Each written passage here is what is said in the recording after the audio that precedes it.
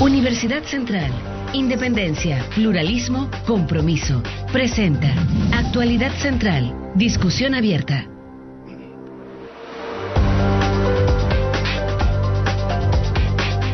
¿Qué tal? Bienvenidos a esta cuarta temporada de Actualidad Central. Comenzamos este año, por supuesto, vinculados a lo que es la contingencia y a los temas país. Esta es una invitación de CNN Chile y Universidad Central, con un panel de lujo que vamos a abordar el siguiente tema. Se ordenó el naipe. Tenemos una nueva mayoría en una posición privilegiada con respecto a lo que son los guarismos en el Congreso. Tenemos por otra parte una oposición que está fragmentada, dividida y cada vez más mermada. Ayer renunció un líder emblemático, un personero emblemático de Renovación Nacional, como es Rodrigo Ginspeter. En fin, miren los proyectos, cómo se van a abordar, con qué nos vamos a ir encontrando. Comenzamos de inmediato a saludar a nuestro panel, por supuesto, con un panel de lujo, con el senador Carlos Monte, que se encuentra acá, que es senador por Santiago Oriente. ¿Cómo está? Bienvenido. Bien, aquí estamos. Nuevamente por acá. Primera presencia en televisión como senador. ¿Ah, en serio? Sí. Qué privilegio, muchas gracias.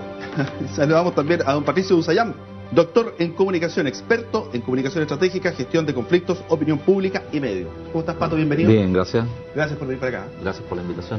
Y saludamos, por supuesto, a don Marco Antonio Moreno, decano de la Facultad de Ciencias Políticas y Administración Pública de la Universidad Central. ¿Cómo estás, Marco? Muy bien, Pablo, buenos días. Senador, está en estos momentos la nueva mayoría en el mejor de los mundos, con una oposición que está fragmentada, dividida, peleada, que venía de antes en todo caso.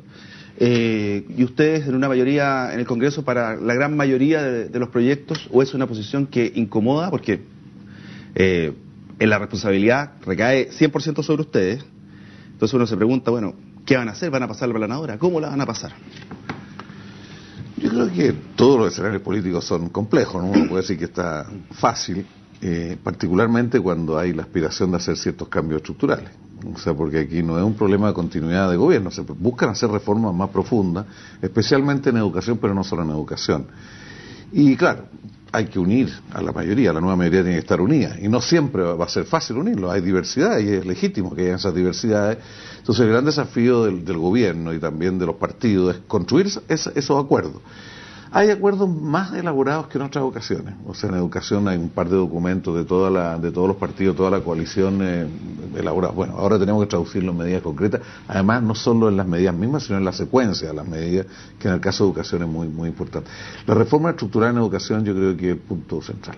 Ahora, el primer año es clave, entonces se va a notar... El primer año y los primeros meses, efectivamente. Claro, entonces se va a notar en la apretada del acelerador. Y hoy día un personero, si no me equivoco, lo leía en el diario El Mercurio, si no me equivoco era el ministro de Defensa, no estoy muy seguro, que decía, vamos a negociar, a conversar, pero si no llegamos a acuerdos, vamos a proceder. Pero mira, siempre en el Parlamento se conversa, por eso del Parlamento. Entonces, ¿qué ocurre? Primero, la mayoría tiene que ponerse de acuerdo en el proyecto. Llega, que eso no es fácil, o sea, hay que discutir y ponerse de acuerdo. Llega el proyecto al Congreso y ahí tiene posibilidad todos de dar opiniones. Y se respetan las opiniones y hay audiencias públicas y hay diversidad. ¿Qué ocurrió con este gobierno, el gobierno de Piñera, perdón? Que en la Cámara de Diputados, echarle para adelante nomás. Se trataba, porque tenía una mayoría fácil, apretaban el acelerador, aprobaba todo. Y la negociación la hacía en el Senado. Acá este gobierno tiene posibilidad, tiene mayoría en los dos lados, por lo tanto el problema va a ser bastante en el campo propio. Marco, Henry Ford decía, porque él sacó la fabricación de autos en serio. Entonces eran todos negros los Ford al principio. Entonces él decía, el cliente americano puede elegir el color de Ford que quiera, siempre que sea negro. Va a pasar más o menos así, que vamos a poder conversar, discutir, parlamentar, siempre y cuando voten a mi pinta. Hay un tema que lo deslizaba el senador en el sentido de que, claro, se va a avanzar en la implementación de las políticas públicas que sean consistentes con el programa de gobierno, ¿no? Y lo que se plantea es que debe haber coherencia entre el programa, las políticas que se diseñen y la implementación de las mismas. Por lo tanto, yo creo que, y eso ha sido un poco la estructura de este nuevo relato, la nueva mayoría, en donde el programa va a jugar un rol importante y por lo tanto va a depender de eso. Pero yo creo que efectivamente, lo comentábamos aquí recién en el panel, es difícil gobernar con mayorías. Tengo la impresión de que en Chile nunca había habido un gobierno que iniciara su periodo con mayoría, ni siquiera antes del... Claro, ni siquiera antes del golpe militar. El gobierno de Bachelet antes. Pero hubo mayoría antes en que los dos. se renunciaran algunos, Sí. claro. Pero en concreto eso hace difícil gobernar, no es una tarea sencilla cuando tú tienes las mayorías, porque tienes que tienes la voluntad para digamos, gobernar con mayorías, pero también necesitas construir ciertos acuerdos de consenso, porque en educación no cabe ninguna duda que no basta con una sola mirada, sino que se requiere ciertos acuerdos de la sociedad. Pato, en ese sentido, tú ves que en estos momentos la posición que dice, mira, Alamán dice hoy día en el diario, dice, lo crucial será la fuerza de los argumentos, porque no vamos a tener la fuerza de los votos. Y la fuerza de los argumentos en la hora de los que hubo, ¿vale? A ver, yo creo que sí vale, por lo siguiente, un poco por lo que decía el senador. Yo creo que aquí el desafío está al interior de la nueva mayoría. Aquí se ha puesto mucho énfasis en el programa. El programa fija, esto es como un edificio en que se fijaron ciertos pisos, pero las plantas están libres. Y va a haber que hacer el diseño interior ahora.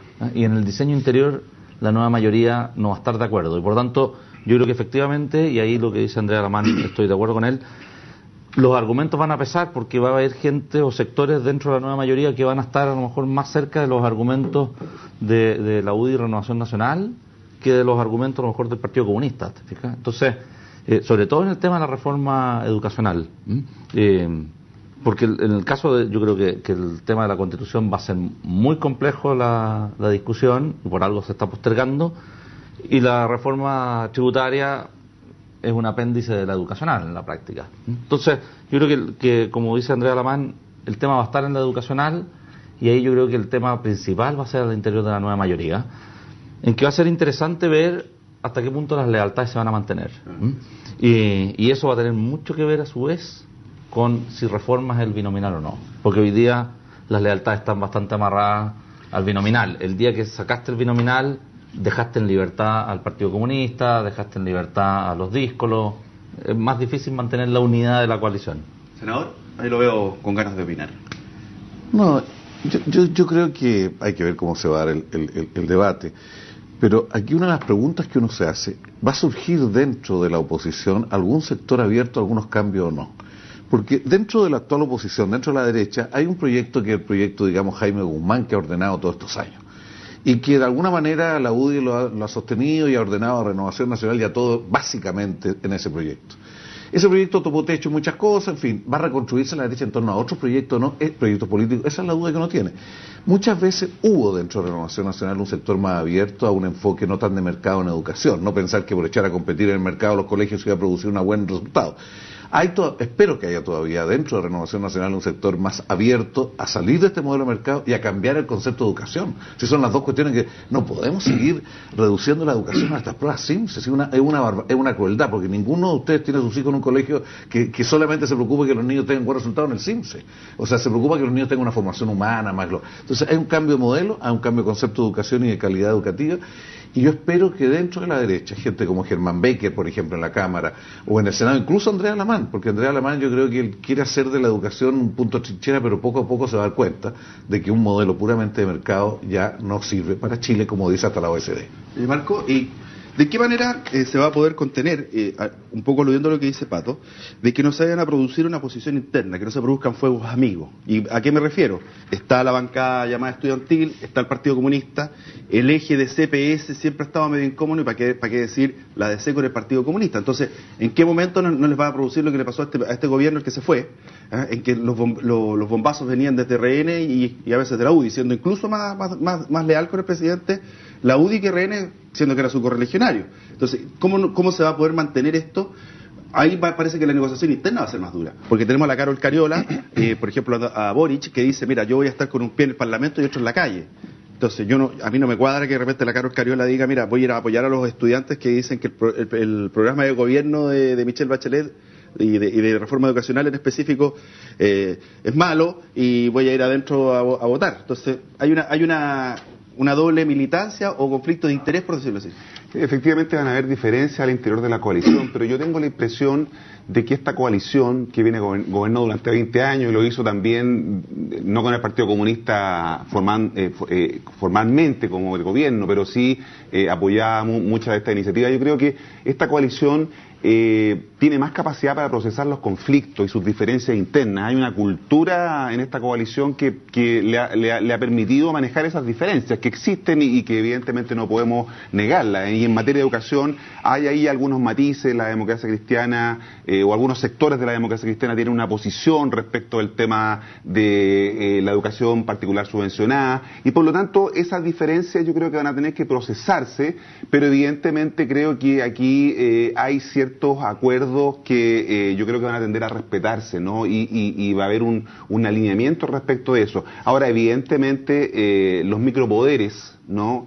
En la sociedad, los movimientos estudiantiles, los gremios, seguramente van a presionar también para ir en una dirección. Y yo creo que esto también hay que contextualizarlo, es decir, estos cambios tienen que entenderse en un momento distinto del país. Esto que se ha hablado del cambio de ciclo, creo que también va a ser un contexto más proclive a avanzar más rápidamente en esta reforma educacional, que paradojalmente, siendo una de las 3 reformas más importantes de este gobierno, junto con la constitucional y con la tributaria, yo creo que va a ser, como se decía hoy día, el centro y el eje estratégico del gobierno. Curiosamente se va a convertir en eso, ¿no? Y por lo tanto, la importancia va a estar en Alameda 1460, donde funciona el Ministerio de Educación, más que a lo mejor en otros ministerios. Particularmente Hacienda va a tener que ser tributario del esfuerzo que va a tener que hacer la educación. Interior también va a tener que estar un poco alineado con lo que se va a hacer en educación. Creo que eso va a permitir ciertos alineamientos, sin perjuicio, como comentábamos, que haya algunas diferencias y matices que son naturales en una coalición. Ahora, Pato, mira, usted, senador Montes, señaló que el eje... Ajá. No, por favor. Se lo digo el estudio para afuera. El eje de CPS está superado, dijo el senador. Entonces se va a alinear, diríamos que esta alianza hacia una izquierda más progresista. Y va a quedar en ese sentido aislada la DC, porque se va a sumar PPD, PS, PC. ¿Y qué rol va a tener que jugar la democracia cristiana en estos momentos? Porque yo no la veo muy cómoda, la veo disciplinada detrás y alineada detrás del programa, pero no la veo muy cómoda. O sea, es como cuando a uno lo invitaba a la polola y el papá no la quería, y tenía que comer igual con el papá, no lo quería. Yo me siento como el demócrata cristiano en la mesa. ¿Sabes que yo creo que el tema... Hay un tema ideológico efectivamente que puede marcar diferencia, pero yo creo que hay un tema generacional que ha marcado una diferencia. La forma en que resolvía sus conflictos la Concertación hasta ahora estaba, a mi juicio, muy marcado por la experiencia política y de vida de sus dirigentes. Y no es la ocasión, pero yo creo que el tema del exilio y la forma en que se vivió el exilio y el afiatamiento entre dirigentes de distintos partidos políticos que les tocó vivir el exilio en el mismo lugar, estableció unas relaciones entre los dirigentes de la Concertación que van más allá de las diferencias políticas, que permitía solucionar muchos conflictos. Eso no existe con la generación de diputados que entró hoy día, ¿sí? Que no tiene ese vínculo con las generaciones fundantes de la Concertación, por lo tanto no tiene esa misma lealtad y no tiene el mismo interés en solucionar los conflictos de la misma forma. O sea, yo creo que esa generación, el día de mañana, cuando un Andrés Saldívar quiera votar de manera distinta en un artículo que ellos no compartan, lo van a funar, se van a parar alrededor de él en el Congreso, porque el estilo de ellos ha sido por ese lado.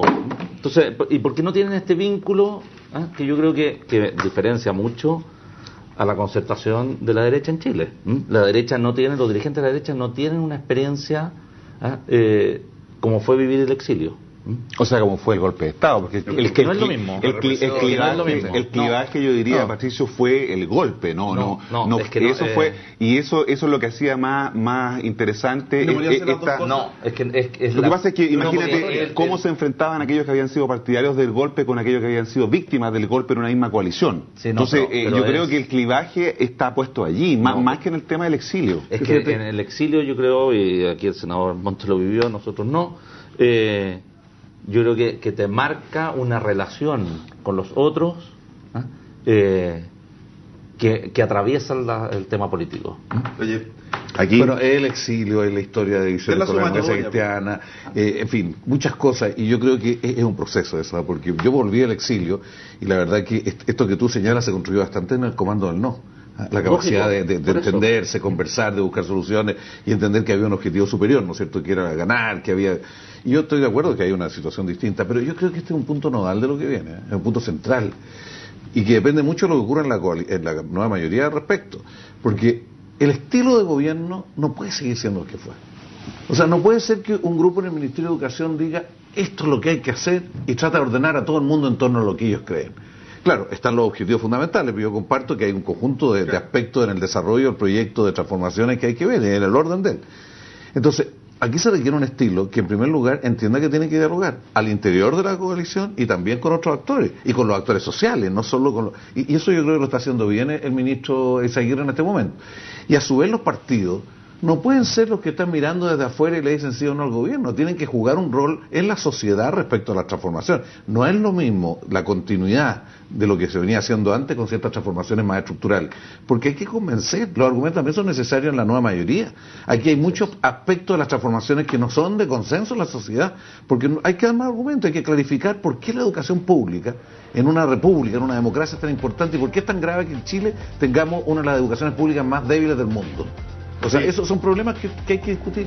Oye, a la vuelta vamos viendo cómo fortalecemos los partidos mediante a lo mejor un cambio de régimen. Y aquí Fernando Puente pone algo que lo voy a poner sobre la mesa, ¿ya? Que lo dice clarito. Con un 24% del universo electoral sería un error creerse el cuento. Eso dice Fernando Puente, que es un ciudadano informado y tuitero. Veamos que lo contestamos a él. Ya estamos de vuelta.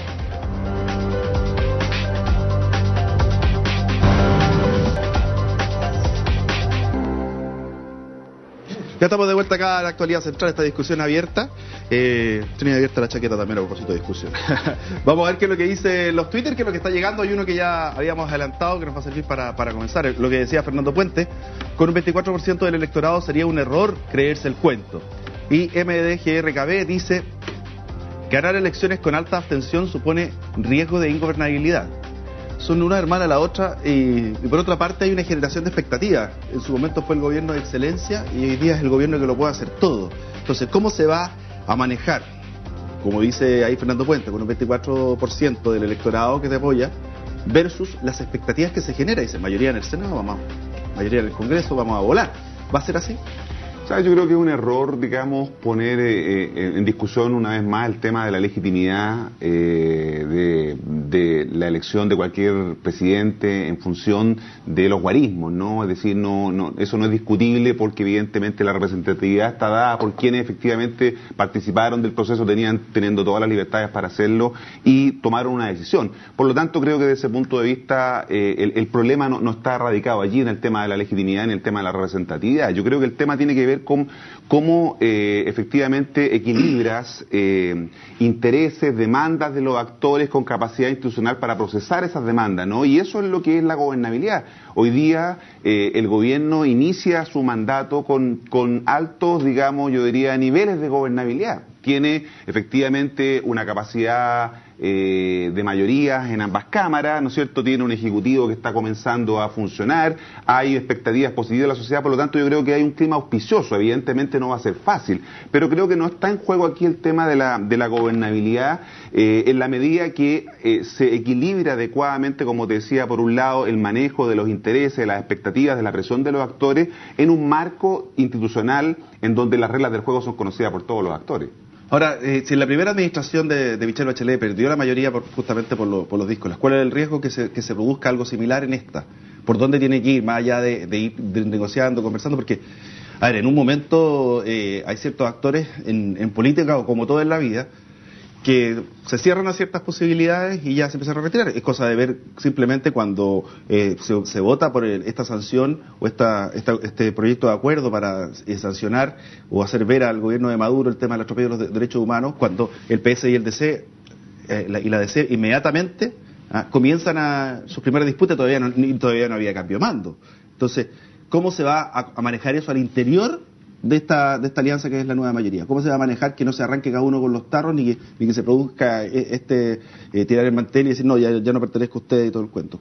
A ver, yo creo que tomando un poco el tema primero de la gobernabilidad, yo creo que ahí hay un tema que a mí me parece que no estando como prioridad en el programa, no está entre los 3 ejes importantes que se han planteado. Yo creo que es un tema de fondo que el gobierno tiene que abordar en algún minuto, y no solamente el gobierno. Al gobierno le corresponde porque un rol de liderazgo en el tema, pero lo que tiene que preocupar a todos. O sea, efectivamente tenemos que hacer cosas para que la gente participe.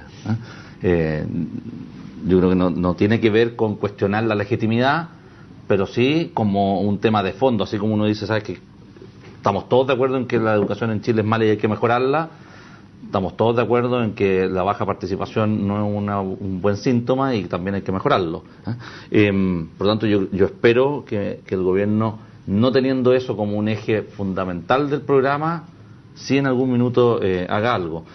Yo creo que el tema de cómo mantienes la unidad va a depender un poco de cómo se desarrolla el gobierno en estos primeros 2 años. En el tercer año ya hay elecciones municipales, por lo tanto los intereses personales de muchos van a empezar a influir, y según lo que hayas hecho con el sistema electoral de aquí a la medida que se acerque los años electorales, algunos ya van a empezar a tomar roles de interés propio, de hasta dónde me mantengo aquí, según las posibilidades que tengo de... Después cada uno lleva agua para su molino. Efectivamente, entonces ahí yo creo que la unidad se va dificultando. Senador, agregando a esto mismo, ¿cómo se empieza a enfrentar con un ciclo económico que por una cuestión natural, no necesariamente del gobierno, empieza en baja? O sea, estamos con el crecimiento del 1,4 el de enero, el precio del cobre comenzó a bajar ya a la barrera psicológica o real de los $3, con un alza de los combustibles. Este no es el momento para hacer una reforma tributaria, porque nunca es momento. Cuando estamos bien, ¿para qué vamos a tocar? Y ahora que estamos mal, ¿para qué lo vamos a hacer? Entonces, ya hay una generación de expectativas. Pero para hacer tortilla hay que romper huevos. ¿Qué pasa con los huevos que están tan caros y van a ponerse cada vez más caros? Sí.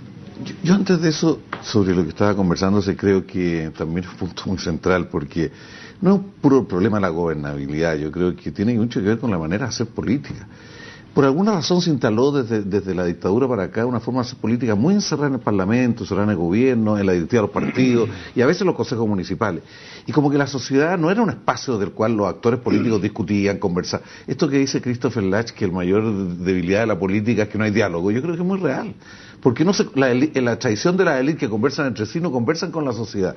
Yo, por ejemplo, pongo el caso de la ley de acreditación de las universidades. Nosotros estamos convencidos que era una pésima ley la que estaba saliendo, y el error nuestro fue no haber ido a discutirlo en las universidades, no haber ido a distintos lados y haber buscado un acuerdo con un grupo de renovación nacional y sacar algo malo adelante.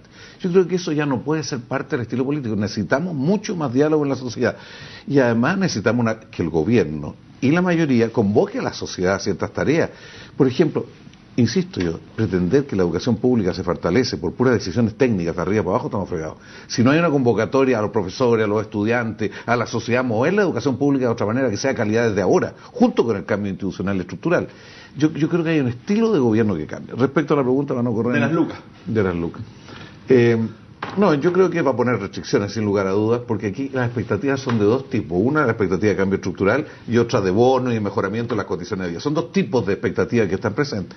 Respecto a las expectativas, estos van a ser limitadas. Ahora nos vamos a gastar una gran cantidad, se van a destinar una gran cantidad de recursos en el bono marzo. Es muy alto, 300 y tantos millones de dólares, depende de qué valor se calcule.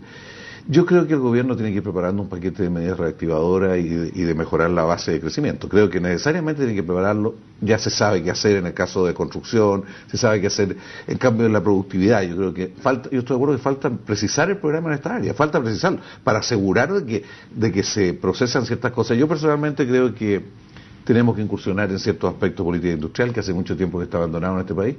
Creo además que es momento para iniciar cosas que no hemos hecho antes porque requiere otra visión. Creo que hay que hacer una empresa pública de energía solar ahora, o pública privada, y con una alianza con muchos, con brasileros y con otros que tienen experiencia distinta a la nuestra en batería y en otras cosas. O sea, creo que en la conducción económica hay que precisar qué es lo que se va a hacer de tal forma de enfrentar esta coyuntura distinta a la economía mundial. Ahora, tú ves que una cosa son los cambios estructurales que usted dice que en el fondo hay muchos que no requieren plata. Hay otros, como por ejemplo la misma reforma tributaria, no significa que va a entrar a operar inmediatamente. La recaudación no va a mejorar para el próximo marzo, ¿no? Entonces, en ese sentido, ¿vamos a tener que jugar más sobre los temas valóricos? que los temas valóricos son los que van a marcar la diferencia, porque de partida son gratis, y segundo, es donde puede haber más consenso. No me respondas, pausa y ya estamos de vuelta.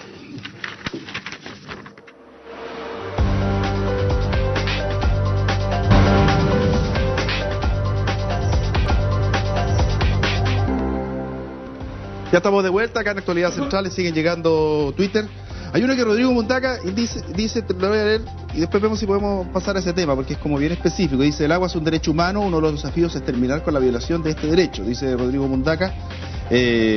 A propósito de desafíos, es posible que después de 33 años el agua en Chile sea objeto de lucro, usura y exclusión. Así que ahí, Rodrigo, por favor, si al final podemos entrar con el tema que es tan específico. Yo le había hecho una consulta antes de irnos comercial y usted me la repite porque se me olvidó. Sí, no, era sobre los temas valóricos y cómo... Sí, claro, porque ahí hay más principios.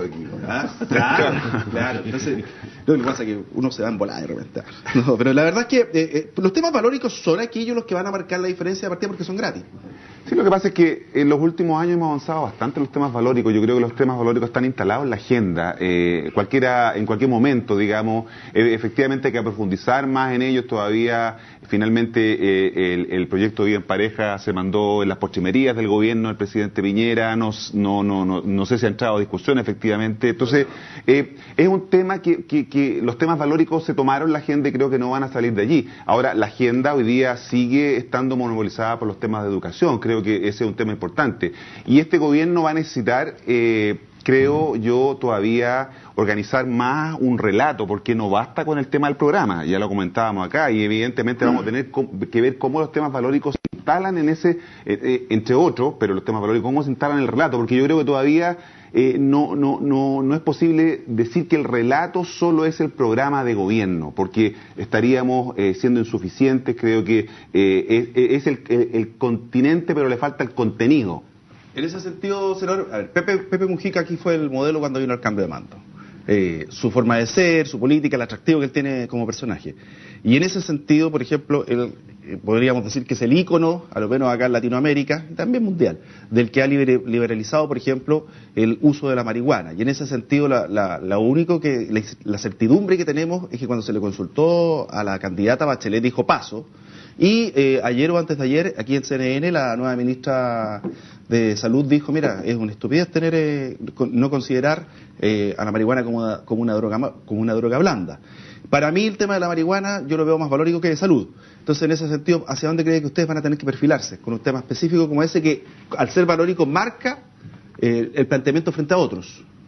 Yo en todo caso creo que el tema valórico en este gobierno va a ser muy importante, entendiendo por tema valórico no solo el problema de la marihuana, el tema de la educación, claro. El tema de la desigualdad, por ejemplo.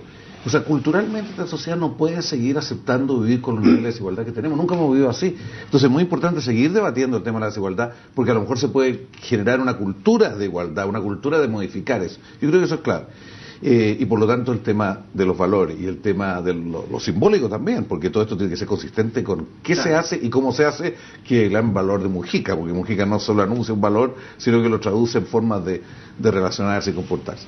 Yo respecto a cada uno de estos temas que llamamos valóricos como la marihuana, creo que hay que verlo cada uno en sí. Yo creo que el tema de la droga en este país y en América tenemos que revisarlo.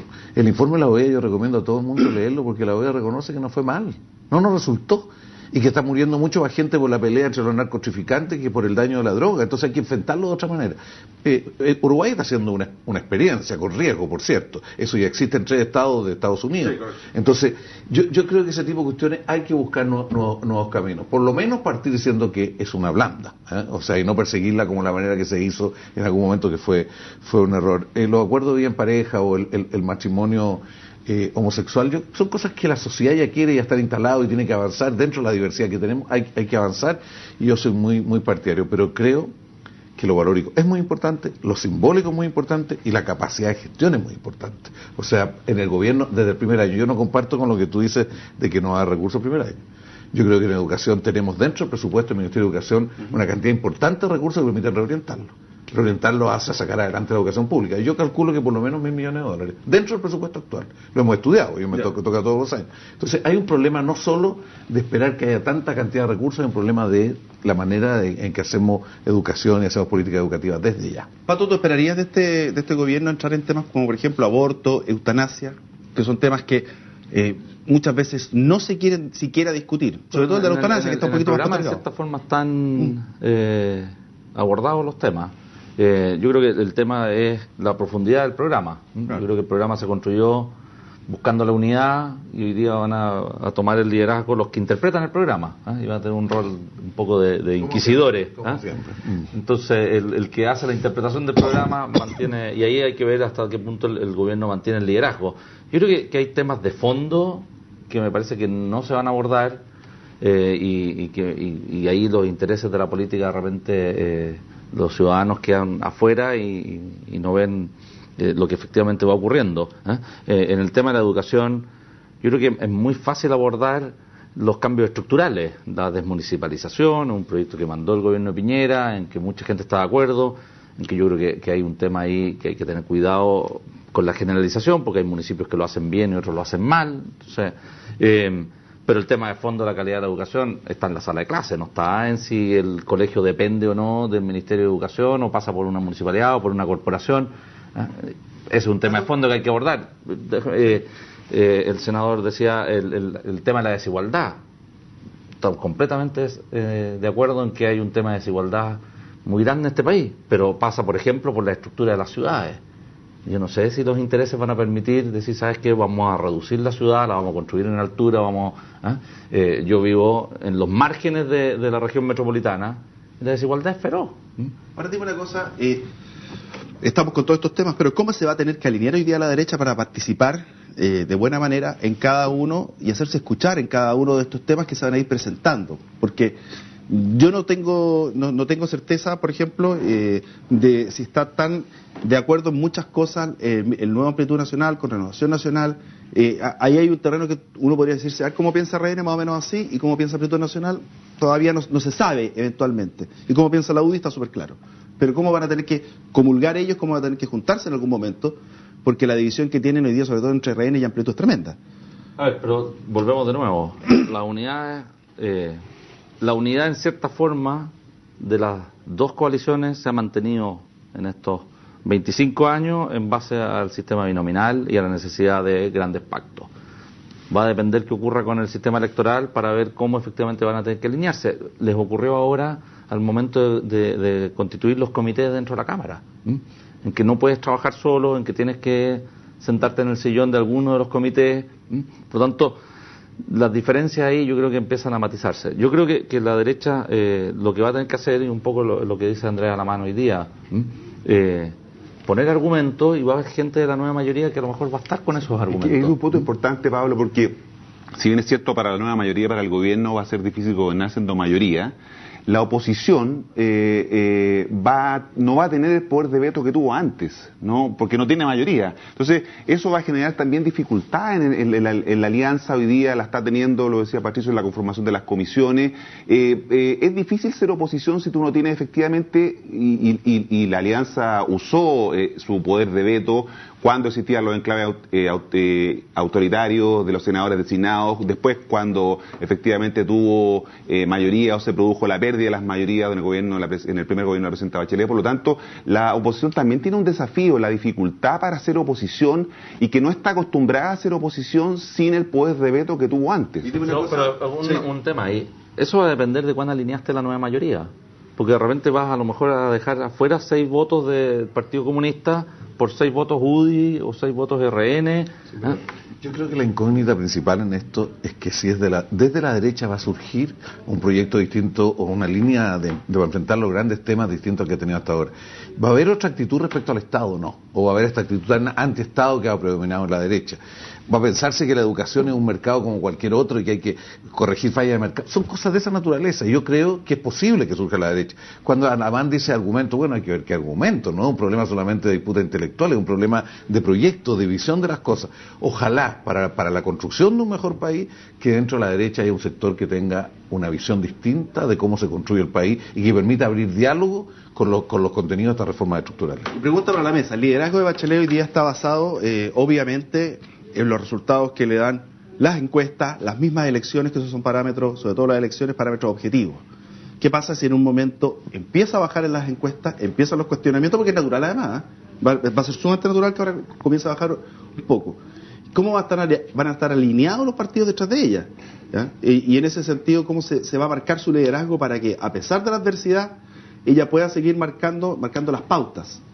Ella tiene que usar el tremendo capital político que hoy día tiene. Ella tiene mucho capital político, en esta primera etapa también lo está manteniendo, y vamos a ver si gasta adecuadamente ese capital político en digamos, alinear a su coalición en el Parlamento, en mejorar la capacidad de gestión en el Ejecutivo con la implementación de las reformas que están en marcha. Es decir, ese capital político debe ser usado, primero debe ser usado, y en segundo lugar debe ser bien usado para poder conseguir efectivamente que su programa pueda avanzar. Yo creo que hasta este minuto, y por lo menos ahora, si bien es cierto, se ha dicho que no va a haber luna de miel para el gobierno como ocurría antes, efectivamente va a tener que contrarrestar esa falta de luna de miel con esa capacidad para poder impulsar los cambios que están propuestos, y respecto a lo cual los ciudadanos tienen muchas expectativas.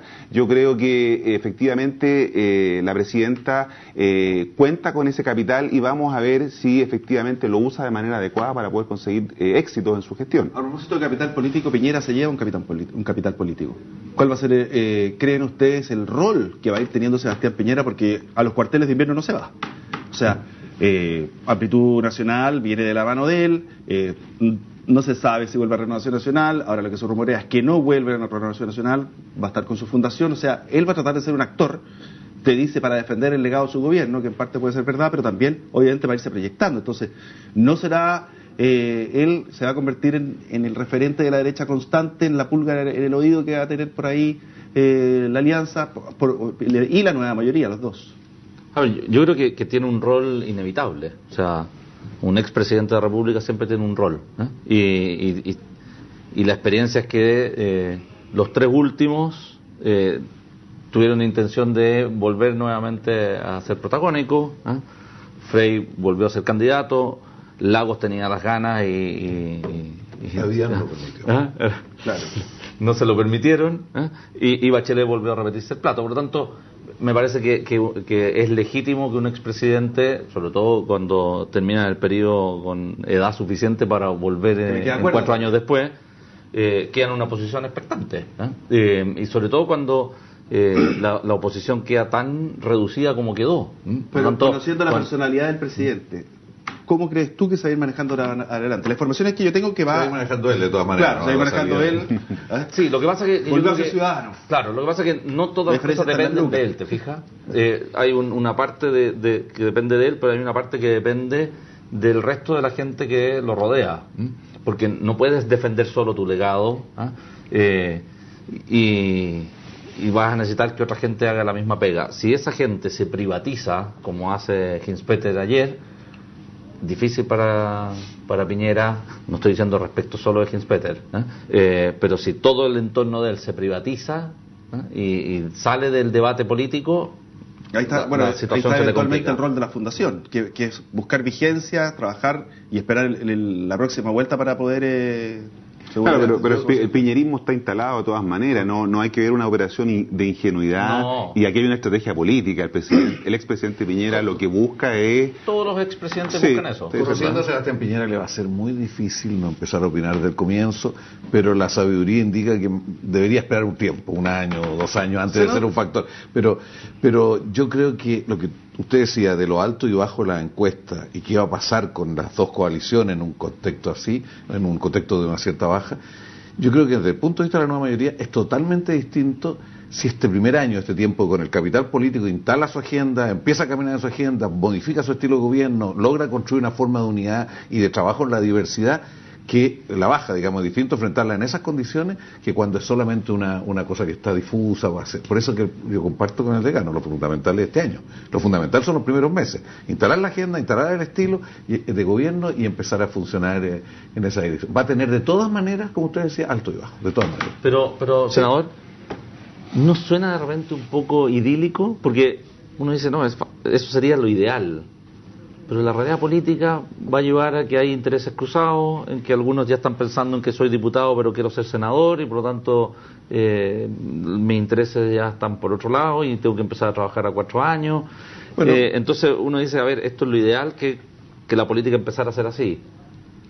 Pero mientras tanto algo nos tira. Yo creo que eso, yo estoy de acuerdo.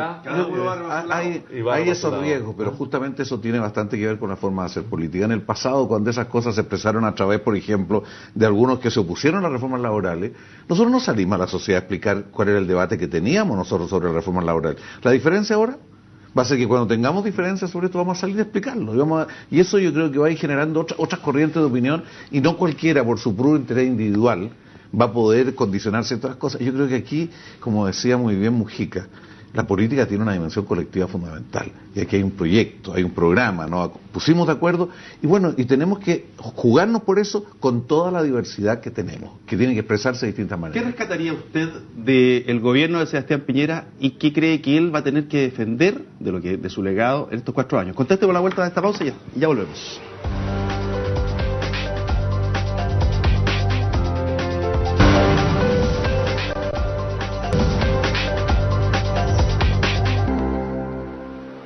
Ya estamos de vuelta aquí en esta discusión abierta. Los Twitter están llegando, que va opinando la gente, la mirada ciudadana, ciudadanos informados. Dice Ortega Armando, los combustibles, fuera el impuesto específico y punto. Va a estar duro eso. Pero en todo caso, en el programa de la reforma tributaria se anunció ya que venía una baja al impuesto específico, aparentemente. Lo que salió hoy día en la prensa, que había estado en la minuta que le mandó el Ministerio de Hacienda a los parlamentarios. ¿A usted le mandaron esa minuta? ¿Qué dice? Lo que usted dice. Bueno, este es un tema muy polémico porque el impuesto específico representa 2.200 millones de dólares para el presupuesto público. Pero no solo eso, sino que la tendencia en el mundo es a castigar el consumo de combustibles que generan contaminación. ¿No se habla del CIRCO? No, es que el CIRCO fue una mala idea. El CIRCO tenía como base que iba a haber un seguro internacional que nunca existió. Entonces, este no fue ni siquiera un muy buen amortiguador. En todo caso, aquí la idea que tenemos algunos es que mientras esté el precio tan alto hay que bajar transitoriamente el impuesto específico, cosa que ya se hizo en el anterior gobierno de Bachelet para amortiguar realmente el efecto. Eso tiene un costo, y por lo tanto el costo cubrirlo en parte ampliando a los que pagan el impuesto, porque hoy día es absurdo que algunos lo pagan y otros no lo pagan, consumiendo y contaminando de la misma manera. Y eso es parte del debate que tenemos, si se incorpora en esta ley o en otra ley, pero como las medidas de excepción que hay ahora se terminan en julio, todo indica que es conveniente hacerlo ahora. Perfecto. Vamos con otro Twitter que nos dice lo siguiente. Ahí están cambiando el GC, 1, 2, 3. Bernardita Osa, para que los valores funcionen se debe educar desde niños, o sea, ampliar por supuesto la cobertura. Y ¿sabe lo más importante? Que la educación se hace en la casa. Pero no solo ampliar la cobertura, es también el concepto de educación. Usted no puede limitar a los niños en cuarto básico dedicado a prepararse una prueba psicométrica de lenguaje o matemática.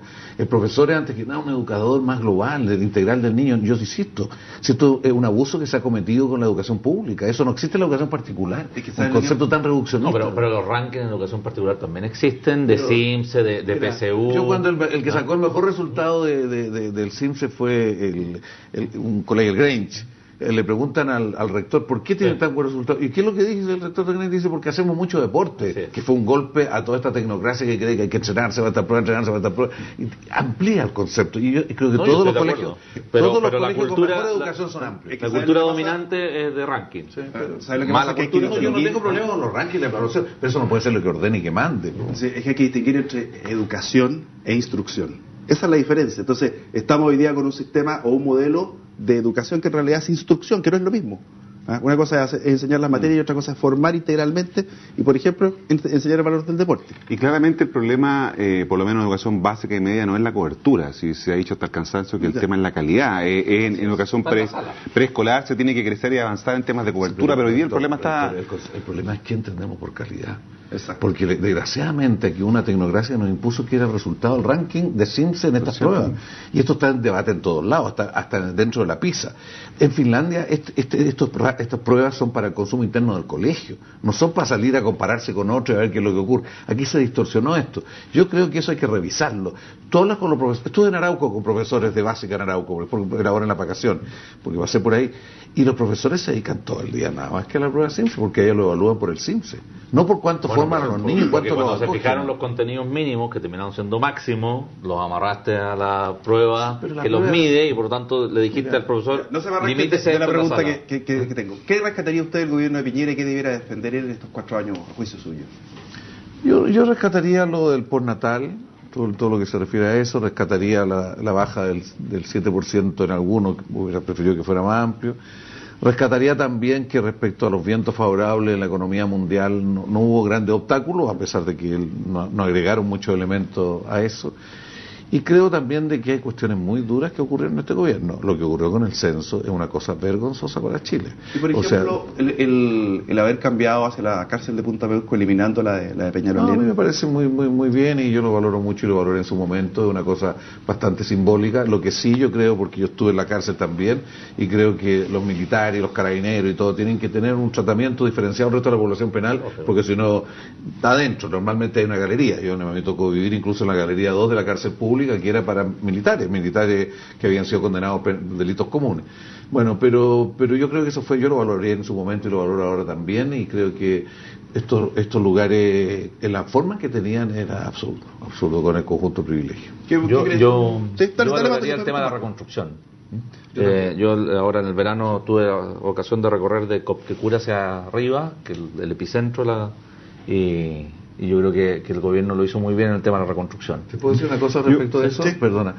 Yo también valoro la reconstrucción, pero hay que considerar primero que tuvo muchos recursos, lo cual no quiere decir que no lo haya hecho bien. 4.000 millones de dólares para hacer una reconstrucción nunca había ocurrido en la historia de este país que el gobierno contara con eso, porque todos contribuimos a que tuviera esos recursos. Y lo segundo, es irritante cuando empieza a decir tengo 99,7, porque probablemente a lo mejor te ha hecho el 70, que es muy alto. Bueno, pero toda esta forma de presentarlo, uno se encuentra, yo también estuve en lugares, se encuentra el colegio de Tubul, por ejemplo, está recién haciéndose, y se da como hecho porque está empezando. O sea, hay una cosa irritante en la forma de plantearlo, en la manera pero eso es un tema comunicacional, ¿no? Sí, yo rescataría, Pablo, sabes que el que un grupo importante de gente joven se haya reencantado con el Estado, ¿no? Gente que llegó a trabajar con el gobierno del presidente Piñera, que tenían una mala idea de lo que era el Estado y de lo que eran las políticas públicas. Creo que ese grupo de gente se reencantó. Esa gente va a estar más dispuesta a seguir en política. Muchos de ellos no se han querido ir del Estado, incluso está toda esta polémica por el tema de las renuncias. Creo que eso es interesante porque le hace bien al país que haya un reencantamiento con las políticas públicas y con participar en la gestión del gobierno.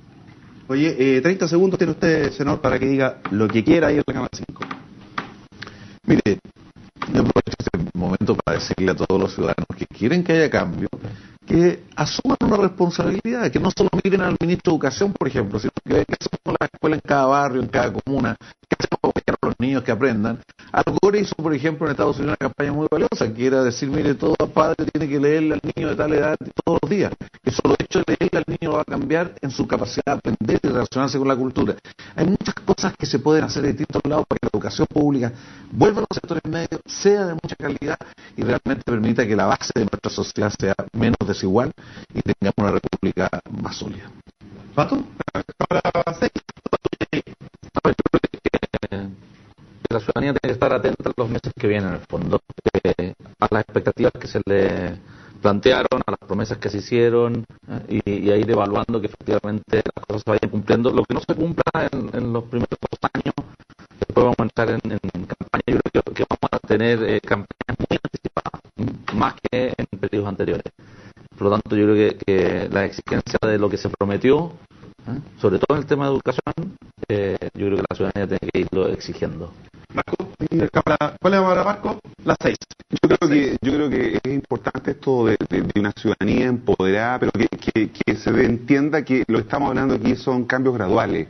Este es un gobierno reformista, este es un gobierno que debe apuntar en una lógica de gradualidad. La desmunicipalización es un proceso que no se puede resolver en 6 meses, en 1 año, en 2 años, sino que seguramente va a tomar los 4 años. La gratuidad en educación superior. 4 años más. Y más. Y la propia presidenta lo señala. Por lo tanto, yo creo que la idea de reforma, la idea de gradualidad, la idea de incrementalidad en las políticas, creo que es un punto sobre los cuales los ciudadanos responsables también debieran tener en consideración al momento de evaluar la gestión de los gobiernos.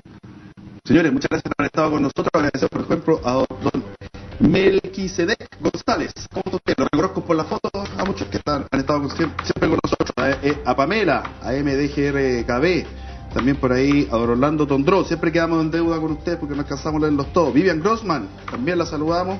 A Ad Morca, muchas gracias por todos los tweets que nos han mandado, por supuesto a ustedes por habernos acompañado en este primer capítulo de esta nueva temporada. Vamos a estar un par de semanas más con la escenografía nueva, que en este momento la están construyendo. Estar ahí con martillo con la fría dándole. Así es que nos vamos a estar encontrando, por supuesto, todos los fines de semana de este año. Gracias a la Universidad Central por habernos acompañado y auspiciado en este capítulo. Muchas gracias, señores. Muchas gracias. Universidad Central, independencia, pluralismo, compromiso. Presentó Actualidad Central, discusión abierta.